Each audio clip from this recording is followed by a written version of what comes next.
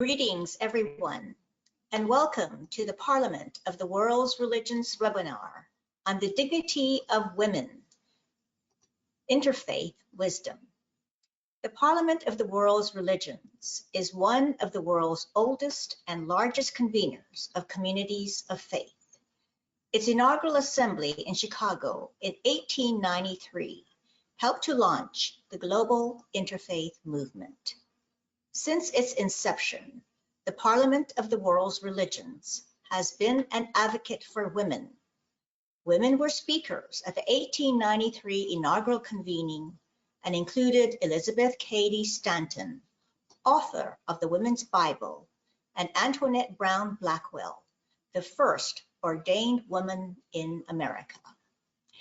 The 1993 Parliament endorsed a global ethic with 4 irrevocable directives, including the commitment to a culture of equal rights and partnership between men and women.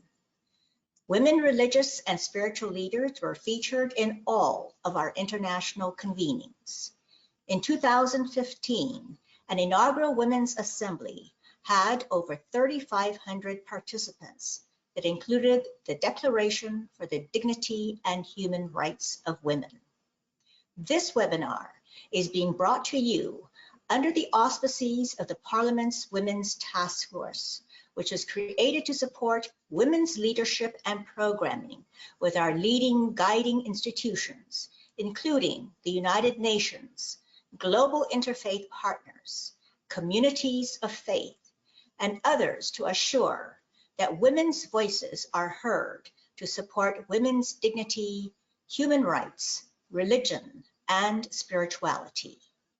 The Parliament of the World's Religions seeks to create opportunities for women from a broad range of religious and spiritual traditions to engage with one another in interfaith conversations and collaborations to address global issues and the important roles which women play to inspire solutions and actions that enhance the well-being, dignity, and human rights of women of all faiths to create a more just, sustainable, and peaceful world.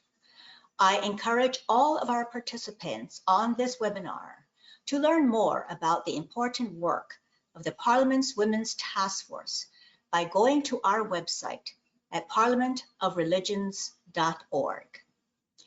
It is now my privilege to introduce the moderator of today's conversation. Dr. Elizabeth Ersick is currently co-chair, together with Dolly Dastoor, of the Parliament's Women's Task Force. She has served on the Parliament's board as a trustee. She is also chair of the Women's Caucus at the American Academy of Religion, and her book, Women, Ritual, and Power, is published with State University of New York Press. Dr. Ersick is a professor of religious studies at the California Institute of Integral Studies and Mesa Community College. She is a spiritual director at the Franciscan Renewal Center in Scottsdale, Arizona. She is also an accomplished composer, and her music has been performed internationally, including in Britain and China. Her master's degree in divinity is from the Yale Divinity School, with a specialty in religion and art. Dr. Ersick, please introduce our panelists, and thank you so much for joining us today. And thank you to all of our presenters and our global audience. So in putting together the 2018 Parliament, there were 2 major projects that we embarked on. So we created a poster. This poster should have been seen as you started the webinar, and what it shows is scripture passages from, I think, around 14 of the world's traditions that are woman-positive scripture passages. Some of them are theological, some of them are historical, some of them are aspirational, but they all come from the deep wisdom traditions being expressed. And our tagline was a baseline for justice. We really feel at the Parliament of World's Religions and through the Women's Task Force that there is a time for us all to come together and to work with rights organizations and religious organizations to find women's equality and dignity being advanced throughout the world. The second project that we initiated was to bring the knowledge about women's contributions into the world. And so we launched a 1,000 Women in Religion project. In this project, we are writing biographies of women who have contributed to their religious traditions around the globe and across all traditions. We are doing this in partnership with Wikipedia, and we are acknowledging that only 18% of biographies in Wikipedia are written about women. So you should know that this initiative of writing more women's biographies is being done in almost every sector of profession, including science and the arts and many other areas. The Parliament of World's Religions, along with the American Academy of Religion, Women's Caucus, we are in partnership to do this initiative for women in religions. So if this is of interest to you, we are doing a webinar at the same time as this one next week, next Wednesday. And we invite you to join us if you would like to help us with this critical initiative that will bring knowledge of women across the world's traditions, translatable in all the world's languages for everyone around the globe to see. So now we are going to launch into some deep inspiration. We will be together for now the next 90 minutes, and we are going to start with Kieran Bali. Kieran Bali, MBP JP, is a global organizational leader and spokesperson in areas of interfaith understanding, environmental justice, women's empowerment, and peace building through selfless service and multidisciplinary approaches. Kieran was honored by Her Majesty Queen Elizabeth II with the Member of the Most Excellent Order of the British Empire accolade in 2008. And has received a number of international awards for her achievements. Tackling climate change through advocacy and empowering grassroots community with knowledge, she launched the Hindu Declaration on Climate Change in India and spoke at the launch of the Interfaith Declaration on Climate Change in New York. As a UK magistrate, Kieran underpins all her initiatives with the principles of social justice, compassion, and equity towards creating safer, healthier, and stronger communities. And Kieran, I invite you to share the screen and to share your blessing and wisdom with the world. Thank you so much for having me on this call. I'd like to begin with a prayer from the Hindu tradition. In these challenging times that we are facing, dear Lord, lead us from the unreal to the real, from darkness to light, from death to immortality. May there be peace in the celestial regions. May all things be a source of peace and healing to all and to me. Om Shanti, Shanti, Shanti. Peace, peace, peace. So I'd like to begin a little bit about my religion and the concept of women's dignity, especially around justice. In Hinduism, both in scripture, philosophy, and indeed mythology, we are accorded an absolute equality to women. And that's our scriptural teaching. And I will talk a little bit about how and if that is put into practice in today's date. But in philosophy, we have a tradition within Hinduism, which is the Shakti tradition. And that equates Lord Shiva with Parvati, who is the goddess, in her form as Shakti. And Shakti means power. So we believe in this one power who is formless. And if this power is omnipotent, immanent, and the energy is pulsating through the cosmos, then Lord Shiva is the pure attribute of consciousness, and Shakti, she's the power that is inherent in this consciousness. So without Shakti, Shiva is powerless. And in terms of just basic visualizing, in mythology, we have 3 chief deities, and they are always depicted with their consorts, be that Lord Brahma, Lord Vishnu, and Lord Shiva. And indeed, all of our teachings are incomplete without the feminine power. On a practical day-to-day level, if we look at the Hindu temples and how they are named, if it's a temple which has a primary deity of Lord Rama and Sita, the name of the temple is the Sita Rama temple, not the Rama Sita temple. So the feminine is always placed at the front. Similarly, Radha Krishna temple, not Krishna Radha temple.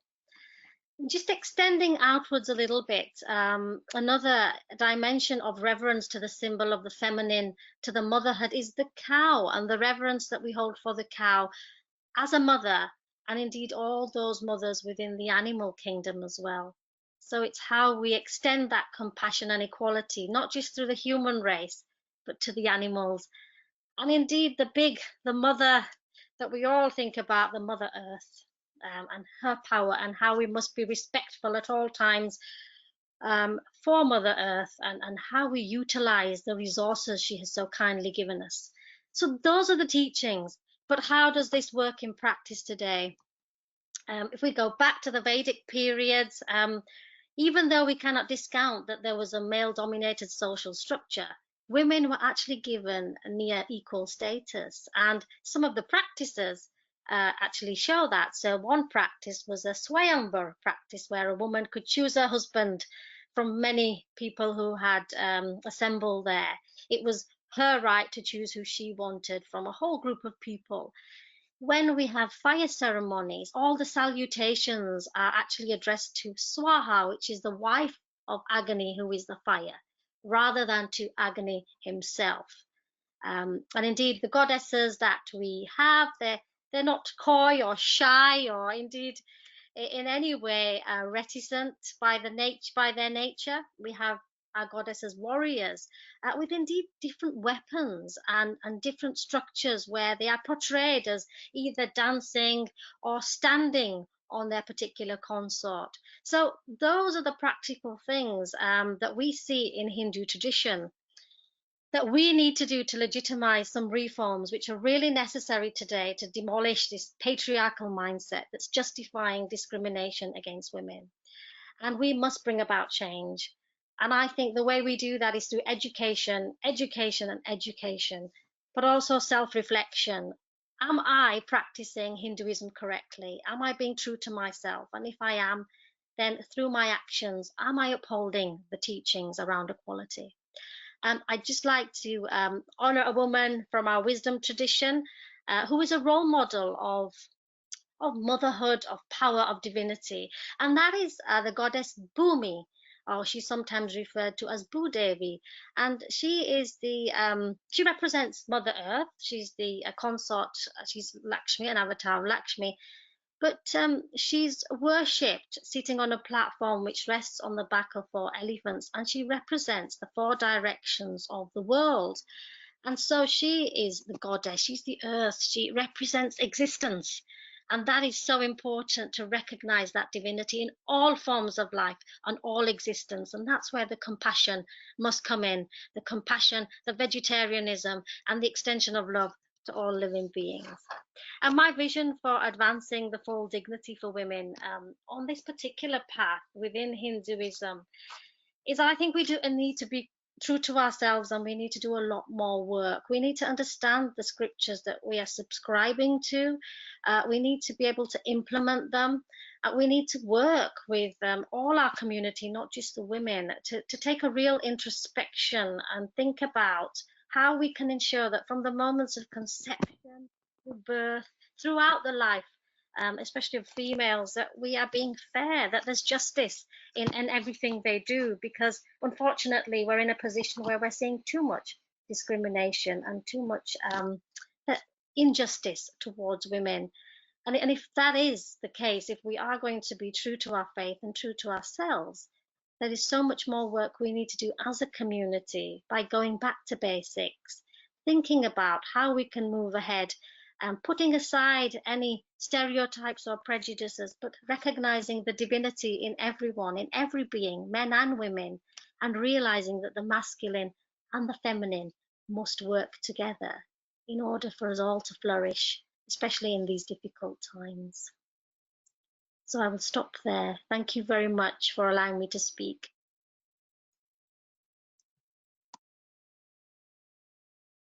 Thank you very much, Kieran. And I should say that she was sharing with us from England, and we have speakers that are presenting from around the world. I'd now like to introduce the Reverend Dionne Boissière. She is the chaplain of the Church Center for the United Nations. She is the first woman of African descent to hold this position in the history of this New York ecumenical and interfaith landmark. The CCUN, as it is called, exists to expand the ecumenical community's capacity and access to the United Nations, to bring greater voice to the broad moral and ethical concerns of the Church in international peacemaking and advocacy. Reverend Boissière received her Master of Divinity from Union Theological Seminary in New York.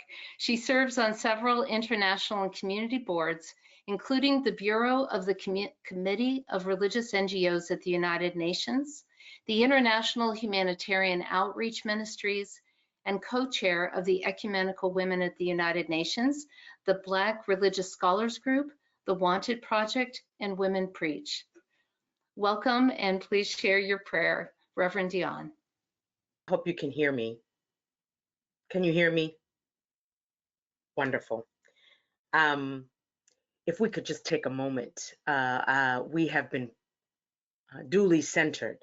I just want to offer just an additional blessing from my tradition. If we could just center ourselves for a moment.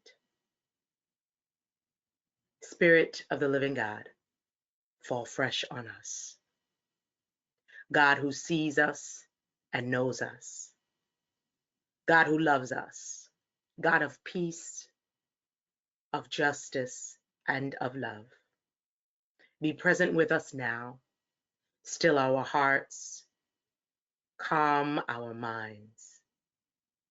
Make us one. In your name we pray. Amen. So I want to say that this is just an honor, and I think that Audrey is just one of the most special women on the planet.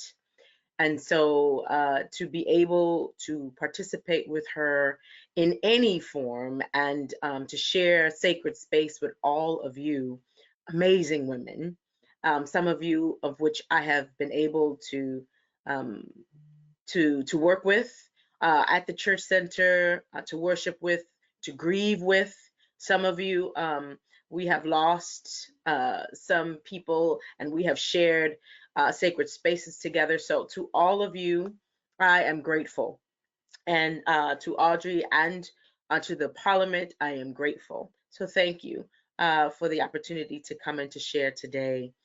I was blown away by the poster, and that I think I want another. I want you all to send it to me so that I can make it huge and big and put it in my office, and one in my church, and everywhere. It is just wonderful.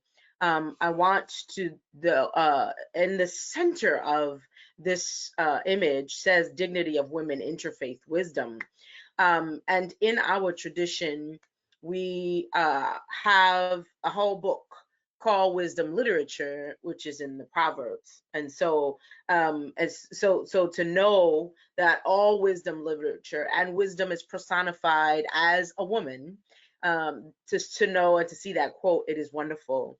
The quote that I wanted to lift up that was on that poster from Christianity says, both men and women, I will pour out my spirit. And it comes from the prophets, and the prophet Joel. It is also in one other area in the text, and it says, God will pour out God's spirit on all flesh, both men and women. And so it is a blessing to be able to lift up that particular one, because unfortunately our tradition has not really lifted up women and has not been so favorable with women in my tradition. My tradition, unfortunately, Christianity, if we go back historically, has not done well with groups of people. And so with owning the best of a tradition, we must also own the reality that there's not always the best that comes out of the tradition because of the people in which it in which the tradition is perpetuated through. But the blessing of Christianity, and in particularly in lifting up this text, which I want to lift up there, is to say that we believe that God's Spirit is poured out on all flesh. So then that God's Spirit is poured out on creation. God's Spirit is poured out on we who are made in the image of God. And if we are to be made in the image of God, then we too have God's Spirit living inside of us.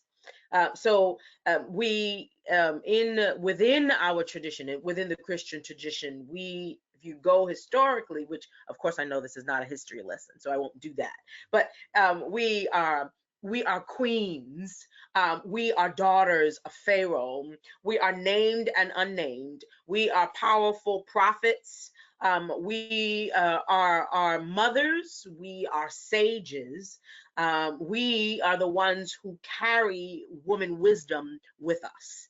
So this is the tradition from the biblical tradition. And if when you see the biblical tradition living out in flesh amongst people, in my particular tradition and in my skin as a woman of African descent, we see the tradition of Christianity being lived out within Black tradition and within the traditions of communities of color, and traditions where Christianity is a part of our culture. Christianity is a part of who we are as a people.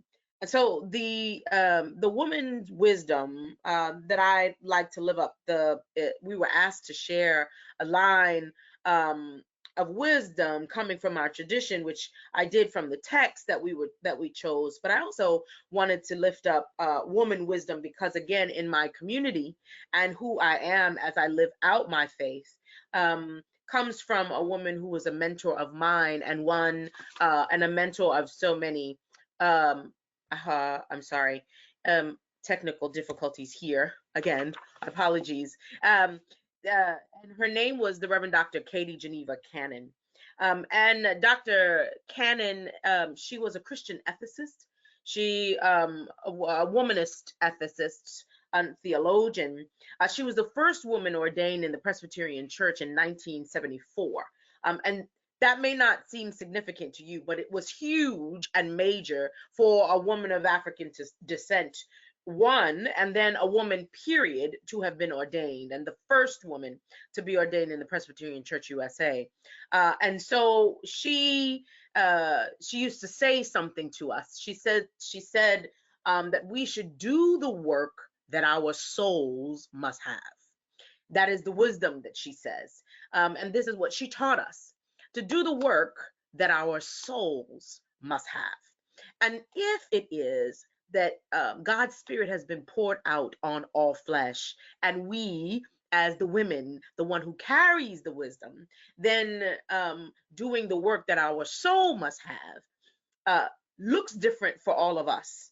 But we have to then look introspectively to what the soul work is.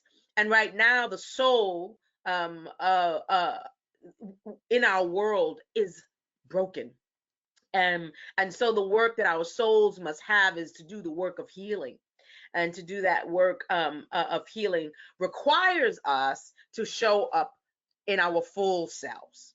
And so for me, that is a major part of what this project means and what it means to hold women's dignity. We also include, we cannot exclude girls in the work that we do because we were all little girls at one time, and there's that little girl that lives inside of us, and the girl that we protect will become the woman that will continue to carry the wisdom. And so I want to share just a little bit about how we show up. I often use the term womanist because I identify as a womanist, and so does my mentor, the Reverend Dr. Cannon, who I mentioned to you also. And so to do this work out of a womanist framework is something that I wanted to introduce to this community, because again, it is a word that was introduced into the world by Alice Walker, who is an author. And she introduced this word through her book, In Search of Our Mother's Gardens. And again, in the book, she cites the phrase as talking about acting womanish and what that means, right? And so we are the ones that ask the questions, that we do the probing in our communities. We are the ones not only that are doing the gathering, but we are the ones that are doing the convening. We are the ones that are healing the communities, and we are the ones that not only ask the hard and difficult questions, but often are the ones to give the answers as well. And so it is womanist, it identifies, it's a term of someone who is committed to the wholeness and the whole well-being of all of humanity. And so with the term womanist, both male and female, we are committed to bringing in the whole community. No one can be left behind. So we cannot lift being a woman over being anything else. We must be a woman. It means to embrace the community. It means to embrace men. It means to embrace children. It means to embrace our community. So working out my faith through a womanist lens is what that means. And so it is critical of sexism. It is critical of what it means to be anti-Black or or racist. It talks about the intersections and the intersectionalities of all of the isms and all of the things that keep women on the sidelines. And so often you would find that it's a term, a Black feminist or a feminist of color, according to Alice Walker's definition. But again, it recognizes the beauty and the strength of what it means to be embodied as a woman of color, and for me, particularly as a woman of African descent. And then again, what it means to embrace my community. And so where I serve now, because of this authentic way in which I serve, it now extends into the community in which I'm serving, this global community and the global community of women. So what I want to say to offer to the I was saying to the congregation, oh Lord, saying to our community, the global community now, is that we have to work out of that framework. Everyone in our community must be well. The healing and the wholeness of our community is of prominent importance. All of us are in the woman womb, as so to speak. We have to carry women in our. We have to carry not only the women but our communities in our wombs. So I want to. There's one other quote that a dear friend of mine, who is my prayer partner, her name is also Reverend Andrea Alexander, and she's with the National Council of Churches there. And her quote, she says, when a girl can be safe in her own skin, uninhibited, the entire community flourishes. And so this is when we're talking about, we do work together around gender-based violence. That's the kind of work that we also are focused on. I want to say that also is woman wisdom. Because when a woman can be safe in her own skin, uninhibited, the entire community flourishes. And that is what I think that woman wisdom out of the Christian tradition can offer. It means that we offer who we are as the queens and as the sages, as the mothers, as the woman wisdom that we are and have been. We can definitely do that and continue to bring it in as we continue to move forward. So I think that this is what we want to offer, and this is how and who we are in a tradition that has not always lifted women up, But now, as women who have been put now in the front lines, we carry the entire community with us towards wholeness and full dignity for everyone.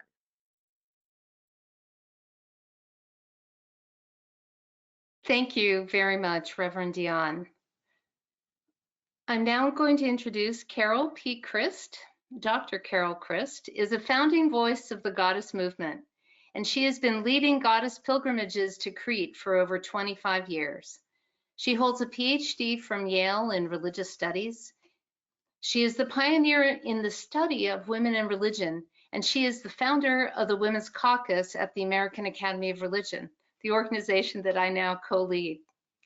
She is the author of Rebirth of the Goddess, A Serpentine Path, She Who Changes, Diving Deep in Surfeiting, Laughter of Aphrodite, and Goddess and God in the World with Judith Plaskow. She is co-editor of the path-breaking anthologies Women's Spirit Rising and Weaving the Visions, which changed women's lives and helped to shape the academic study of women and religion. Carol Crist combines rigorous scholarship with a passionate personal voice rooted in her quest to find a religious vision that answers women's questions and can guide us to create a world that is more beautiful, harmonious, and just. She has recently been added to the archaeological team studying the Minoan town of Gournia, tasked with writing an essay on religion in a Minoan village. Welcome, Carol. Okay, I'd like to begin with a prayer that comes to us from the Jewish feminist tradition, and it's very appropriate to the goddess tradition and probably all of women's spirituality. As we bless the source of life, so we are blessed. As we bless the source of life, so we are blessed. I'm joining this panel as a representative of women who are on a goddess path. I do not represent any established or newly formed religious or spiritual tradition. Rather, I speak for an increasingly large number of women who are seeking alternatives to established traditions that celebrate and legitimate male power as power over and domination. We do not follow leaders or gurus, and we place no trust in any sacred texts. Most of us have grown up in cultures where the most prominent religious traditions feature male gods, male teachers, and male religious leaders. We agree with Mary Daly, who said that when God is male, the male is God. In traditions where God is male, male teachers and religious leaders are viewed as reflecting or being in the lineage of the male, or being in the image of the male divinity. We do not assume that images of God as male are never valid, but we do assert the need for images of God as female. As I said in my often republished essay, Why Women Need the Goddess, the most important meaning conveyed by the symbol of the goddess as the ultimate creative power in the universe is that female power is legitimate and good. This does not mean that female power is always good, but it clearly undermines the widely held view that female power exercised apart from male control is always evil or bad. This view is reinforced by religious images of female power, as for example, the image of Eve seduced by the snake. While we have sought images of goddesses that affirm female power, we have also discovered that many goddess traditions have been manipulated in patriarchal contexts. Goddesses and the symbols and stories associated with them are used to affirm male power as domination, as the only legitimate and good power in the universe. Thus, the Greek goddess Athena asserts in the tragedies called the Oresteia that she sides with the man in all things because she was born from the head of her father Zeus. If we are seeking goddess traditions that affirm female power, we must excavate more deeply. The archaeologist Maria Gimbutas coined the term Old Europe to refer to the peaceful, artistic, agricultural, matrifocal, matrilineal, and probably matrilocal cultures of the Neolithic period, about 6,500 to 3,500 before the Common Era. cultures that worship the goddess as the power of birth, death, and regeneration in all of life. The peaceful Neolithic societies of old Europe were overthrown by Indo-European speaking warrior groups that invaded Europe on horseback between about 4,400 and 2,500 BCE, bringing with them a patriarchal, patrilineal, and warlike culture that worshipped the shining gods of the sky. Gimbutas's hypothesis was rejected by classicists and archaeologists because, as I have argued, she asserted that the Greeks were not the first rational men, and that the warlike male-dominant culture they created and passed on to us is not the highest culture ever developed on the face of the earth. Gimbutas's hypothesis of Indo-European invasions is now being confirmed by DNA research.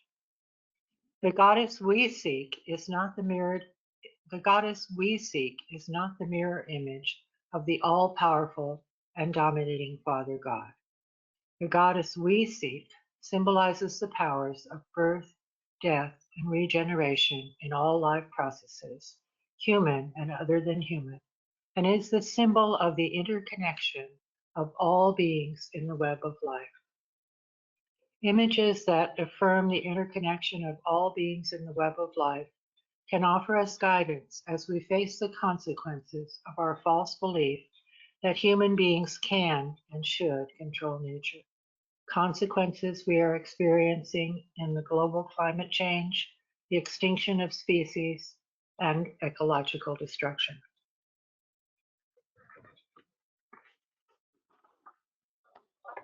In Rebirth of the Goddess, I offer 9 touchstones of goddess spirituality as an alternative to the 10 commandments.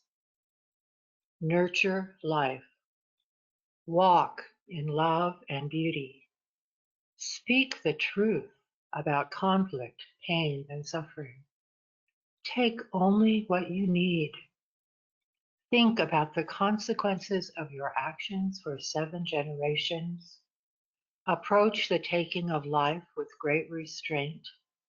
Practice great generosity. Repair the web. The first touchstone, nurture life, is the foundation of the others.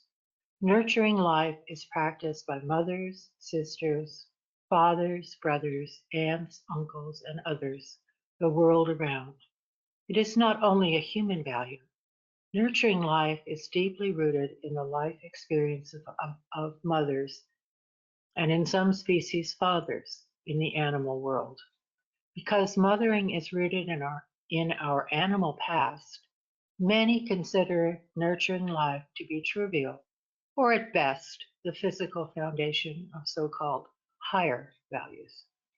But I assert that to nurture life is the highest value, and that all other values must be judged by whether or not they promote life, not only for ourselves and for those closest to us, but for all beings and for the web of life as a whole. Do you want me to just finish it? It's only 2 more pages. Sure, go ahead. Okay.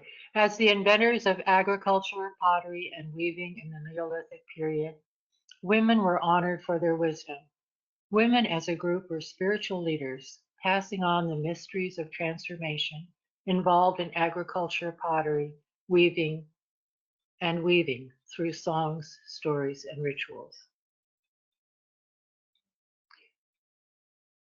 I would like to share with you the meanings inscribed in an ancient Cretan goddess vessel dated about 2200 BCE. Gimbutas stated that this beaked and winged figure has nipples that are actually spouts.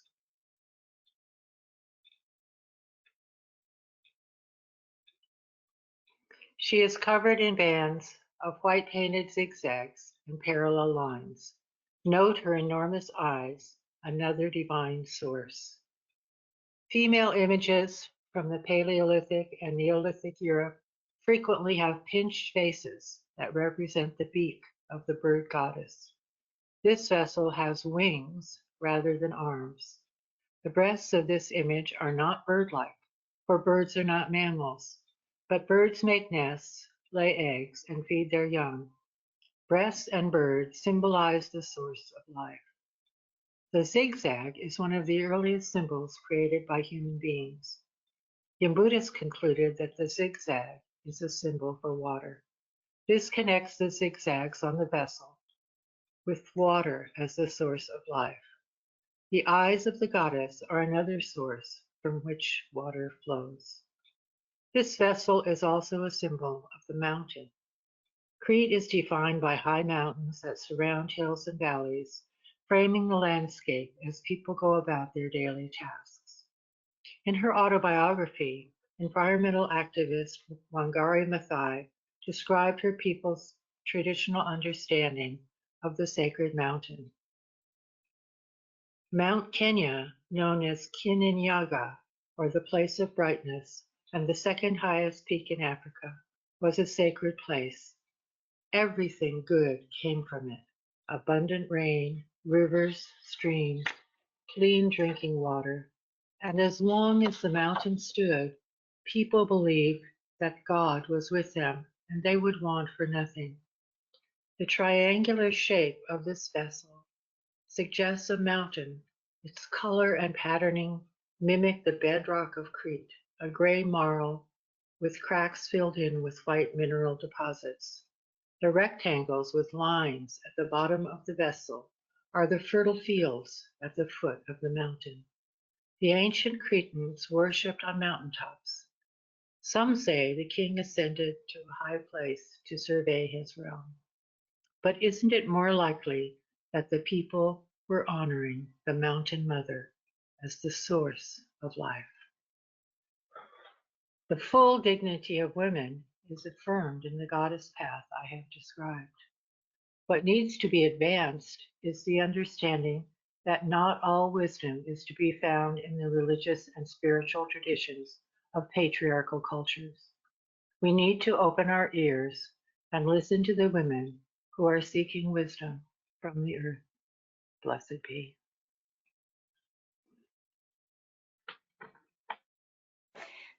Thank you, Carol, for your inspiring wisdom. And I should share that Carol was speaking to us from Crete in Greece, and the audio went out just a little, Carol, in the beginning, but the beauty of your message came through. And also, I wanted to say that Kieran was sharing with us from England, and there was a little bit of a problem with her picture, as apparently was mine when I started. So in the final rendition of this that will be shared permanently on the website, we will be correcting those. Okay, we're now moving on to Betty Lyons. Betty Lyons is President and Executive Director of the American Indian Law Alliance. She is an Indigenous and environmental activist and citizen of the Onondaga Nation and a Snipe Clan member.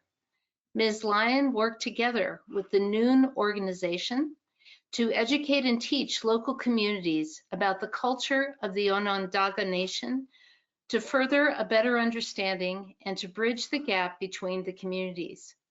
Ms. Lyons has participated and organized rallies and demonstrations pushing for a ban on fracking in New York State until a ban was achieved in December 2014. She has been an active participant at the annual United Nations Permanent Forum on Indigenous Issues since the first session in 2001 and has coordinated the opening ceremonies. Betty, I invite you to share a blessing and share your wisdom. Thank you. Thank you. I'm honored to be working with women of many different faiths. I'm honored to be here with Audrey, Kuzumita, Reverend Dionne, and all of the other panelists. And I also want to bring in to this work our ancestors. Without us, we would not be here. I would like to thank Phil Arnold, who is the chair of the religion department at Syracuse University, for letting us use this space. Niwahaskanu. My original name is Gainhia'a, meaning small sky, and my colonized name is Betty Lyons. What I said when I greeted you was that I am grateful that you are well and peaceful. What this means is that in order to have peace, you must be in proper relationship with the natural world. These two things cannot be separated. All living beings are our relatives. We are equal to all other living creatures. We just have different responsibilities. One is never above the other. We give great gratitude to all of the beings that help us sustain life in a Thanksgiving address that we offer every day. And if you will indulge me, I'd like to offer that now. First, we give thanks and acknowledgement and greetings to all those components and living beings that without those gifts that we would not exist. First to Mother Earth, who gives and nourishes life. Then we turn our minds to the waters that sustain life. Without water, there would be no life. To the plant life and the woodlands that provide us with food and medicine, to the four-legged and the winged ones. Our grandfather, the thunders, for the rain that nourishes all life and cleanses the earth, to the gentle moving winds from the air, for the air that we breathe, to the elder brother, the sun, for providing light and warmth, and our grandmother moon and the beautiful stars in the night sky that work with the tides together with a cycle of women, making it possible to bring life into the world. The four protectors who will always keep our minds straight and our capabilities to reason with responsibility. And finally, to our Creator, for continually sending love to us and all of creation. I encourage everyone to give thanks daily for all the life beings that sustain us.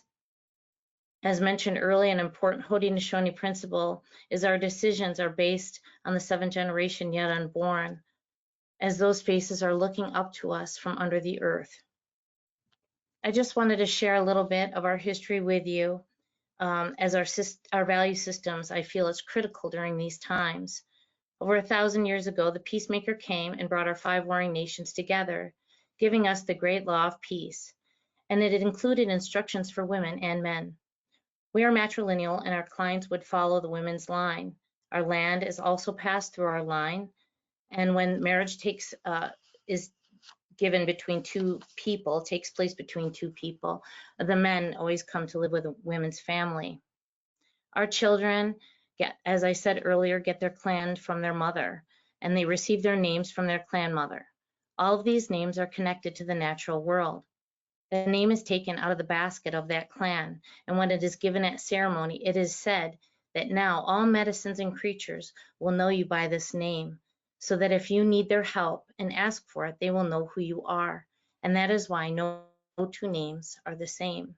And I think it's so beautiful. I think about the day that my children got their names and how amazing that was, and knowing that the creatures and the medicinal plants would be there for them. Clan mothers also choose the leadership that represent our clan family based on certain characteristics. The person that they chose should be patient, kind, tolerant, honest, courageous, compassionate, and responsible. Clan mothers also have the right to depose a leader if, after being corrected, they continue to stray off the path. We've enjoyed equal rights since time immemorial, but there has to be a balance between women and men. One is not supposed to be dominant over the other. There should be respect, love, and compassion. Haudenosaunee women also inspired the women's rights movement. This speaks to our fundamental belief that there needs to be balance in our relationships to the natural world and to all living beings. We need to honor our relationships with all other living beings, as we would not exist without them. We are all facing serious situations and realities with this virus. But when times of uncertainty come, that is when we look to our original teachings and traditional instruction for answer and comfort.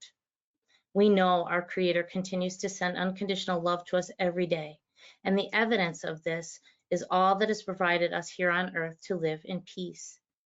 We should only become concerned when you see all other beings no longer picking up their responsibilities. This terrible virus we're all facing has a life cycle and an energy, and it is showing us areas where there is an imbalance, and we need to heed the warning. I encourage everyone to acknowledge and give thanks to all the living beings that give to us daily. Our elders remind us that what befalls our mother will also befall her children. This past week, we had a maple sap ceremony to give thanks that the maple is continuing to do her duty by providing us sap, which we turn into syrup. We will close this ceremony when the sap is done flowing clear and when we have finally turned it into syrup. These beautiful acts alone from creation give me hope that working together in solidarity, that we can change what's happening to the climate, to our Mother Earth, and to help and protect us all. I wanted to give you a couple of tidbits of advice quickly before I go to help boost your immune system. First, you can turn to elderberry syrup, white pine tea, which you can just take the needles off the white pine and steep them, cedar tea, vitamin C, fermented foods, and zinc. So please take care of yourselves. I'm sending you all love. Niwaha.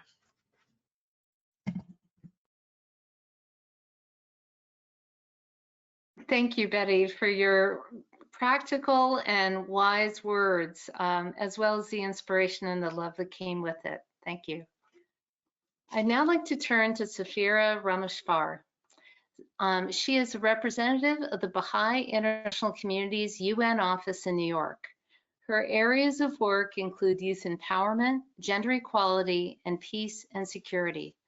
Saphira currently serves on the executive committee of the NGO Committee on the Status of Women in New York, as secretary of the Working Group on Girls to the UN, and on the DPI NGO Youth Steering Committee to the United Nations Department of Public Information.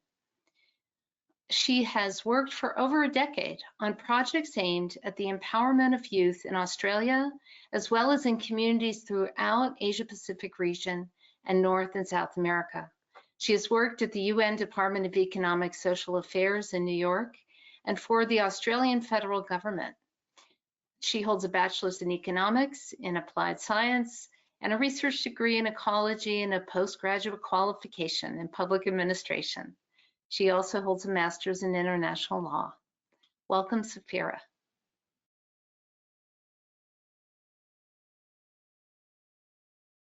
Thank you so much, Elizabeth, and it is such a joy to be with all of you here online. So I wanted to share some insights from the Baha'i Faith, and I will share a wisdom tradition from the Baha'i Faith. But before I do, I wanted to give a little bit of a description and highlight. You know, in this increasingly interconnected world, more light is being cast on social conditions of every people. So we're starting to get greater visibility into a wide spectrum of circumstances. And while there are many circumstances that are positive, there's also much that weighs heavy on the conscience of the human race, from the prolonged suffering of many to deep-seated structural defects in society. But however much such unjust conditions are the outcome of our history, they do not have to define our future. So one of the central premises of the Baha'i Faith that I wanted to highlight today is that we're really seeing humanity at this point in time as being in a state of transition.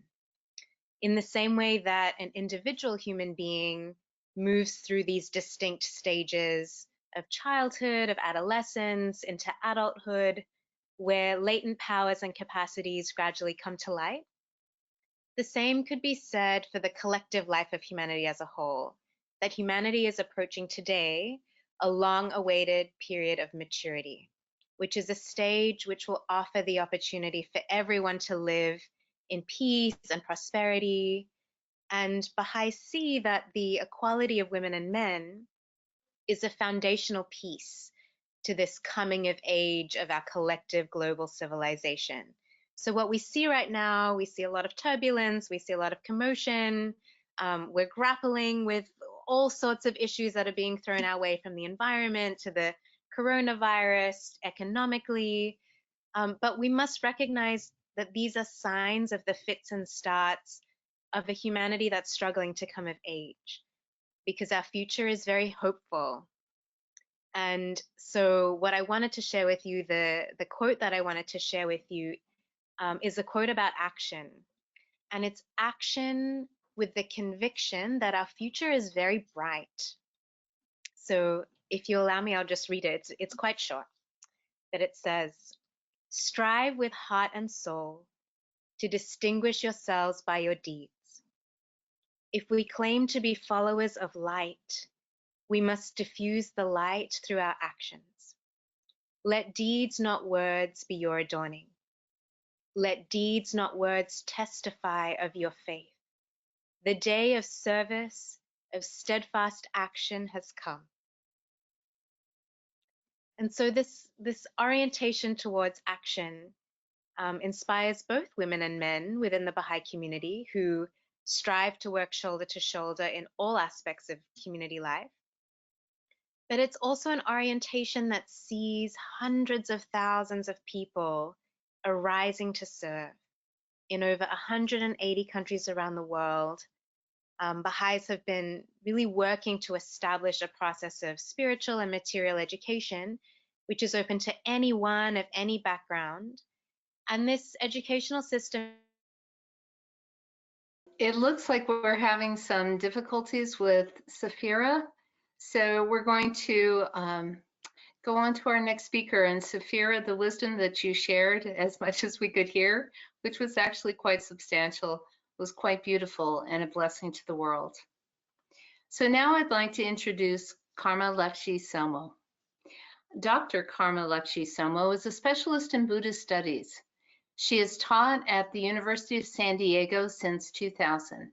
She offers classes in Buddhist thought and culture, world religions, comparative religious ethics, religious and political identities in the global community, and negotiating religious diversity in India.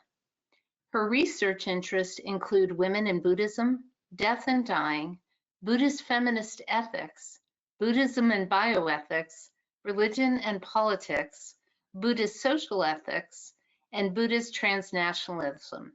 She integrates scholarship and social activism through the Sakyadhita International Association of Buddhist Women and Jamyang Foundation, an innovative education project for women in developing countries, with 15 schools in the Indian Himalayas, Bangladesh, and Laos. And I know that she personally sponsors many of these educational institutions. Welcome, Karma Lekshe Tsomo. Okay, so we're talking about the dignity of women in the world's Buddhist traditions.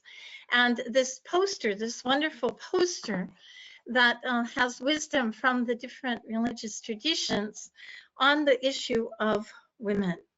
Now, from the Buddhist texts, we actually find mixed messages. There are a lot of very positive images of women, very encouraging passages in the words of the Buddha, and there are also some passages that are not so flattering, you know, the typical, stereotypical claims that women are petty and jealous and backbiting and all of that. On the other hand, there is a very strong affirmation from the Buddha from earliest times, 2,500 years ago, that women have the potential to achieve liberation and even perfect awakening.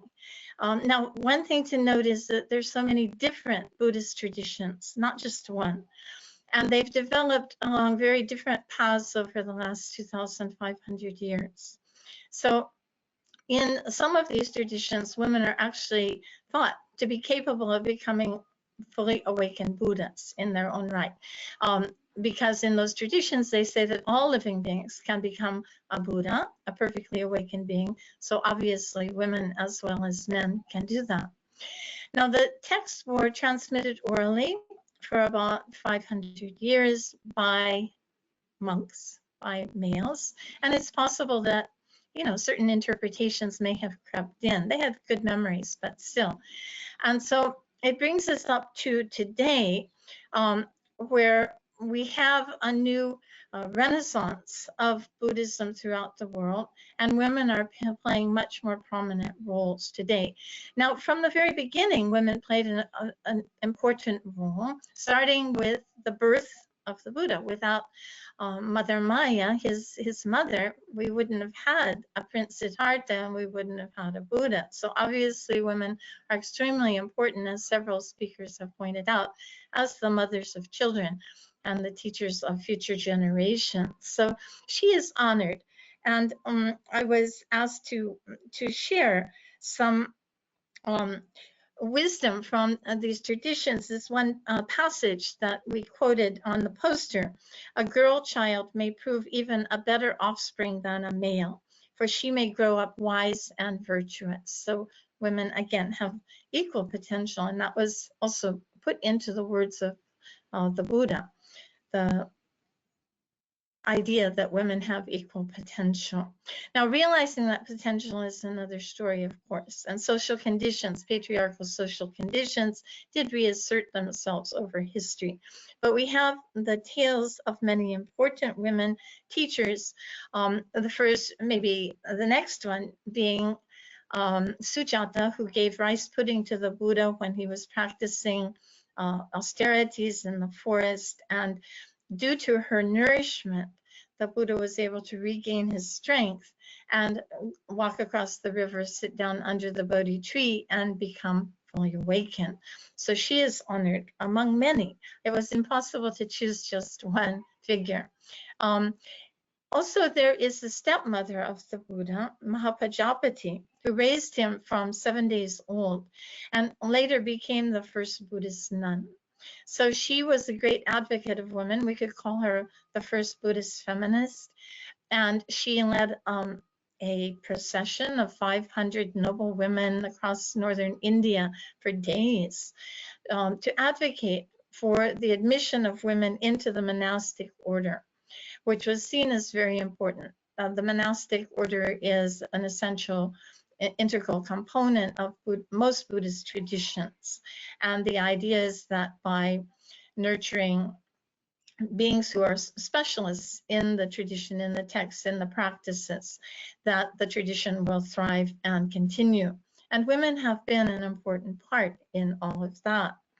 Now, here we see women taking teachings, and they were able to take teachings as men were, though some of the teachings when the Buddha is talking to monks and he's talking about, you know, the nature of the human body, it sounds as if he is particularly finding fault with women's bodies, but that would be because he was talking to a male audience. Had he been talking to an audience of women, he would have no doubt framed it in the reverse, to point out the problems, the defects of the human, male human body. So in any case, we know that thousands of women achieved liberation at the time of the Buddha. We have their stories, we have their verses of realization. And this is thought to be the first poetry by women recorded in world history. So these inspiring verses have been part of the tradition ever since. We have the story of Sanghamitra, the daughter of Emperor Ashoka, who traveled to Sri Lanka to take the Buddha's teachings there and took this Bodhi tree with her, a sapling of the Bodhi tree, very symbolic. And today in Sri Lanka, Sanghamitra Day is a national holiday in honor of her. The Buddhist society is said to have 4 quarters that make it stable: the monks, the nuns, the lay women, and the lay men. Unfortunately, the men often get the larger share, and interestingly enough, the major donors are women.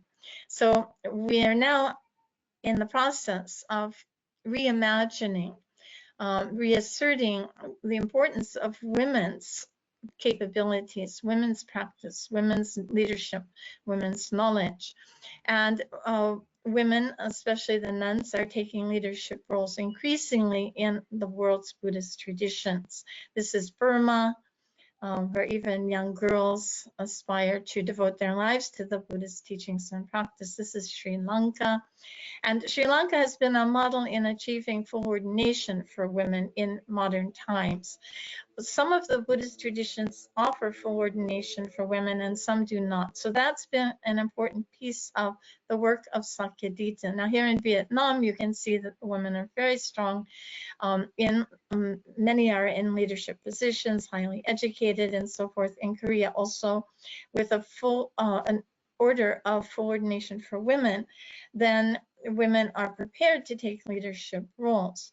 Now, in the Tibetan tradition, although we have many positive images of women as awakened beings, enlightened beings, in society, they have not always had equal opportunities. In fact, they were locked out of the major monastic centers, which were the learning centers. But today, they're becoming highly educated. They're learning all of the ritual practices. They're attending international conferences. The young nuns today don't even realize that they were ever disadvantaged. They're doing meditation even from a young age. And recently, 20 nuns achieved the highest degree in philosophy for the first time in history.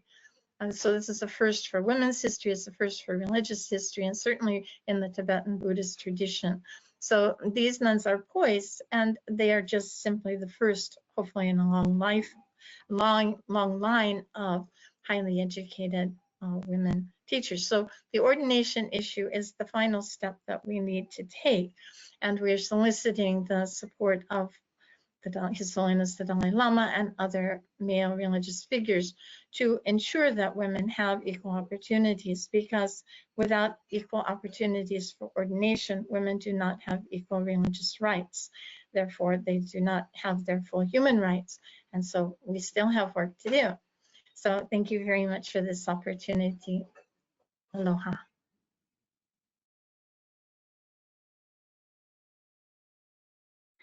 Thank you very much, Lekshe Tsomo. The wisdom that's been shared across all these traditions is really extraordinary. And we are actually just progressing alphabetically, but it just seems that we are having such a beautiful mix of traditions as we move around the world and share this wisdom. We are now going to be ending with Sakina Yacoobi. Sakina Yacoobi is the founder and executive director of the Afghan Institute of Learning, an Afghan-led NGO that women founded in 1995. She is well known for her work for the rights of children, women, and education. She has earned international recognition for her work and received numerous awards, including the 2013 Opus Prize, the 2015 Wise Prize in Education, and 2016 Harold McGraw Jr. Prize in Education, as well as 6 honorary degrees, including from Princeton University. AIL was the first organization to offer human rights and leadership training to Afghan women. When the Taliban closed girls' schools, AIL supported 80 underground homeschools for 3,000 girls. Since 1996, millions of Afghans have benefited from AIL's education, training, and health programs. The Sakena Yacoobi Hospital has been built in Kabul, and a radio station has been established to disseminate information about the importance of education, values, and harmony. Welcome, Sakena Yacoobi. We look forward to your blessing and your wisdom.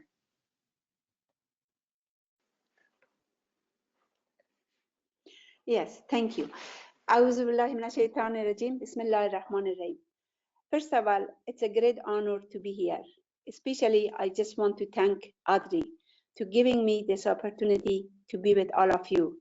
And second, I want to thank every panelist because I learned so much and I'm a student of learning. This is a great honor. Thank you. I want to share with you what has been our religions telling us what to do and how we are practicing. But for me, religion is a guide, is a guiding book for us, our script, that how we go walk through our life and take action from it.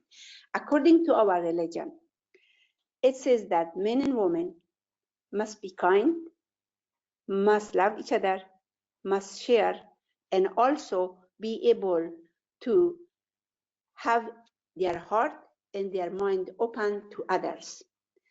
And that is our teaching. And having that as a guide, I took that and that's what I am doing. I really believe in this world, we need that to practice. If we do not practice that, we are not going to be getting anywhere. For example, I just want to share with you that AIL has been very successful. One of the reasons that is successful because this pillar of our religion is our guidebook. Our religion tells us that don't be arrogant, be just, be kind, and be equal for men and women. Unfortunately, in our tradition, the woman has been completely forgotten.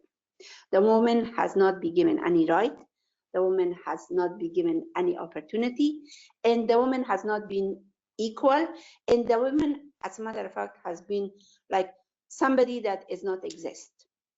And knowing that, and just also knowing the religion, what the religion says, it doesn't balance. So we all must do something in action to bring this balance back again. And today, the world that we are going through crisis. We have war everywhere. We have poverty everywhere. And now we have disease everywhere. And these are all the signs that because we are not sharing, we are not giving what we have. We are not giving what God gave it to us. And we are not giving what God told us to give. We became very selfish, and we became greedy, and we become self-centered. And for me, I think religion wants all of us to give. Give as we receive. What we give, we receive also.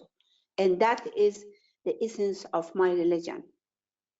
Also, I believe that Islam is a religion of unity and love. We must spread unity. We must spread love all across the world. And today's world, especially in my own country, you see conflict is everywhere. One is fighting by name of religion, one is fighting by name of ethnicity, one is fighting by name of color, one is fighting by name of poverty and class.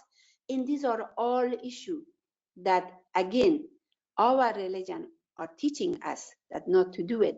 And if we really follow our religion, there would be a peaceful world. There would be harmony. There would be wisdom. There would be love. And there will be balance in this world. And that is, I am looking for it. And yes, I am very hopeful. Today's young generation are completely opposite. Today's young generation are not looking for the tradition that women shouldn't have equal life. Today's the young generation is not looking for a situation to say that women are different than men. Women can be a leader, women can be a priest, women can be a guideline. Anything that a woman can be, today can be. And today's generation believe in that. And when you believe in that, then you achieve it. So we are looking forward to our young generation to really accomplish this, to really demolish this way of old way of thinking that women are not capable. As a matter of fact, women are the one who gives love. Women are the one who gives birth. According to our religion, God says that the heaven is beneath the feet of a woman. That is in our script. So you can see that how much our religion really give credit to women. And also, according to our religion, Islam is the religion that give a lot of freedom to women. During the time of Hazrat Muhammad, be peace upon him, he was the one who really created the situation that they don't put the woman alive in their tomb. And also during his time, woman, Hazrat Khadijah was a businesswoman. Hazrat Fatima, the daughter of Muhammad, was working with Muhammad. So these are the guidelines that if we look at also in our religion scripture, to see that there have been many, many women who have been leaders during the time of Prophet, peace be upon him. So we must follow that, and we must do the same thing. So I really think that religion is give us a guidance. Religion says to us to be kind to your parents, kind to your spouse, kind to your neighbor, kind to your orphanage, kind to your all humanity. All humanity, you should be kind to every one of these things. And so if we do that, then again, you can see that there would be a peaceful world. There would be a world that there wouldn't be a boundary. There would be a world that would be love and wisdom shared all over the place, and harmony be everywhere. So that's how I'm looking, and I'm hopeful. Yes, we have war, but also today I see everywhere is just trying to grab everything from the store and buying and selling and trying to do all these things. Everybody is scared, but you know, I pray. I'm not scared. I'm not a religious fanatic, but I'm a spiritual person.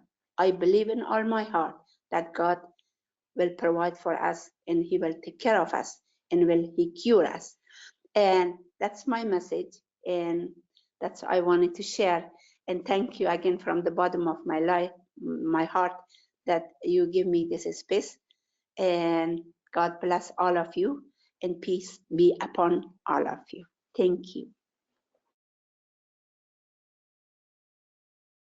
Thank you so much, Sakina. Your words of wisdom and how you are doing it truly on the front lines in the world is so, so inspirational. In our closing minutes, I'd like to invite Saphira back, if she is still with us, because she was cut off, to share some closing wisdom from the Baha'i tradition before we end the call. Saphira? Thank you so much, and apologies for dropping off. I guess I wanted to take a quick minute to share a very quick story of a woman in the Baha'i faith who really stood as an emblem of the emancipation of women. And her story reminds us that our progress is not just won by our words, but also by our bold action. And this woman's name was Tahira, which means the pure one. And she was born in 19th century Iran, which had, at the time, was a society that was really characterized by a lot of corruption and brutality. But Tahira was very openly defiant of the customs of her land. She spoke with a lot of eloquence and spoke out without fear at a time when it was forbidden for women to speak out. She gave a lot of talks calling for justice and equality and drew large crowds. But she also, her heroism went beyond words. She really labored for social, cultural, and religious reform in her country. And she was often heard to say, "Let deeds, not words, be our adorning." And she's also most remembered as a woman who caused an electrifying outcry at a gathering called the Conference of Badasht in 1848, which was a gathering of around 80 men who had come together to discuss the future of the Baha'i faith as a new religion and how it would break away from its Islamic context. And Tahira appeared without her veil before that assemblage, and she intended to signify by that action the equality of women and men in the sight of God, and the breaking away from time-honored traditions to embrace a new age. So tragically, her life was cut short at an early age, at the age of 36, and she was the first woman suffrage martyr. And as she was put to death, her last words were, "You can kill me as soon as you like, but you cannot stop the emancipation of women." So I guess I'll end with a very short quote from another outstanding female role model in the Baha'i faith, Martha Root, who says these few words about Tahira. And she says, "Force, the old standard, is losing its dominance, and intuition, insight, and the spiritual qualities of love and service in which woman is strong are gaining ascendancy. Men and women are as two wings of the bird of humanity, and this bird cannot attain its highest flight until these two wings are equally strong and equally poised. And one of the most important teachings of the Baha'i faith is that women should be regarded as the equals of men and should enjoy equal rights and equal privileges, equal education and opportunities.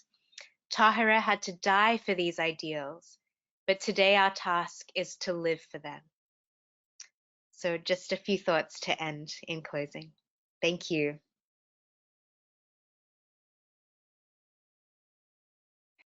Thank you, Saphira. I think that if there was any kind of divine intervention to the audio, your speech right now, I think, is a beautiful way to bring us to closing.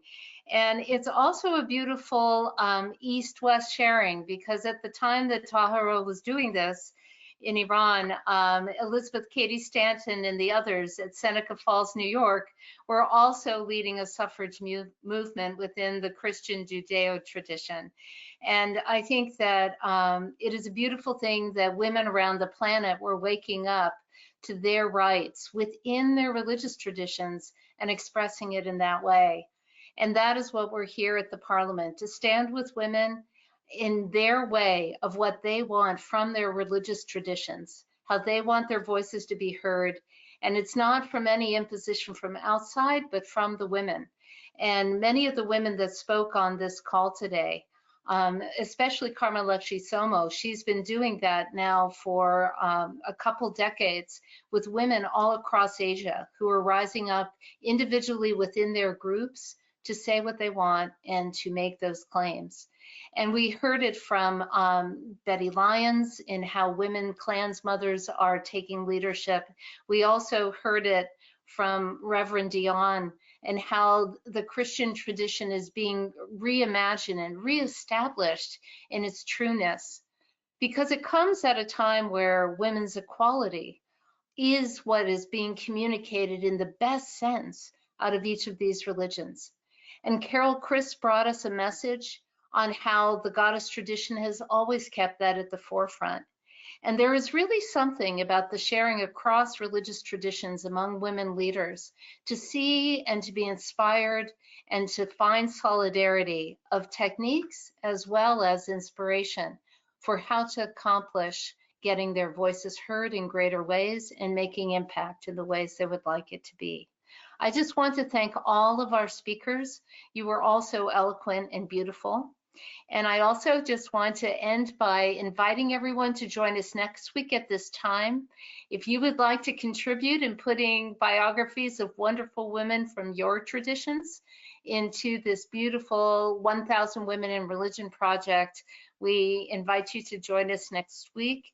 And a link will be provided at the end of this call, as well as a link to the poster, which you are more than welcome to download and share and to use.